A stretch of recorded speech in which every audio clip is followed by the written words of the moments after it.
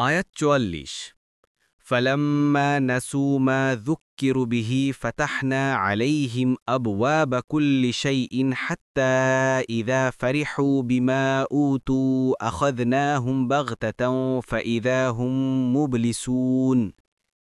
অনুবাদ, অতঃপর তাদেরকে যে উপদেশ করা হয়েছিল তারা যখন তা ভুলে গেল তখন আমরা তাদের জন্য সব কিছুর দরজা খুলে দিলাম।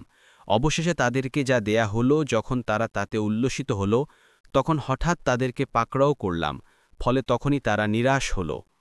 তাফসির: এ আয়াতে বলা হয়েছে যে তাদের অবাধ্যতা যখন সীমাতিক্রম করতে থাকে তখন তাদেরকে একটি বিপজ্জনক পরীক্ষার সম্মুখীন করা হয়, অর্থাৎ তাদের জন্য দুনিয়ার নেয়ামত, সুখ ও সম্পদের দ্বার খুলে দেওয়া হয়।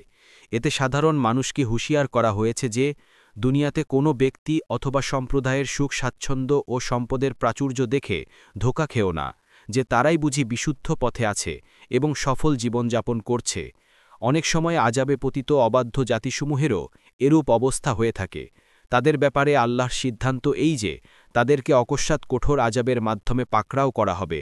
তাই রাসূলুল্লাহ সাল্লাল্লাহু আলাইহি ওয়াসাল্লাম বলেছেন, যখন তোমরা দেখবে যে কোনো ব্যক্তিকে আল্লাহ তাআলা দুনিয়ার ধনদৌলত প্রদান করছেন অথচ সে গুনাহ ও অবাধ্যতায় অটল, তখন বুঝে নেবে যে তাকে ঢিল দেওয়া হচ্ছে, অর্থাৎ তার এ ভোগবিলাস কঠোর আযাবে গ্রেফতার হওয়ারই পূর্বাভাস।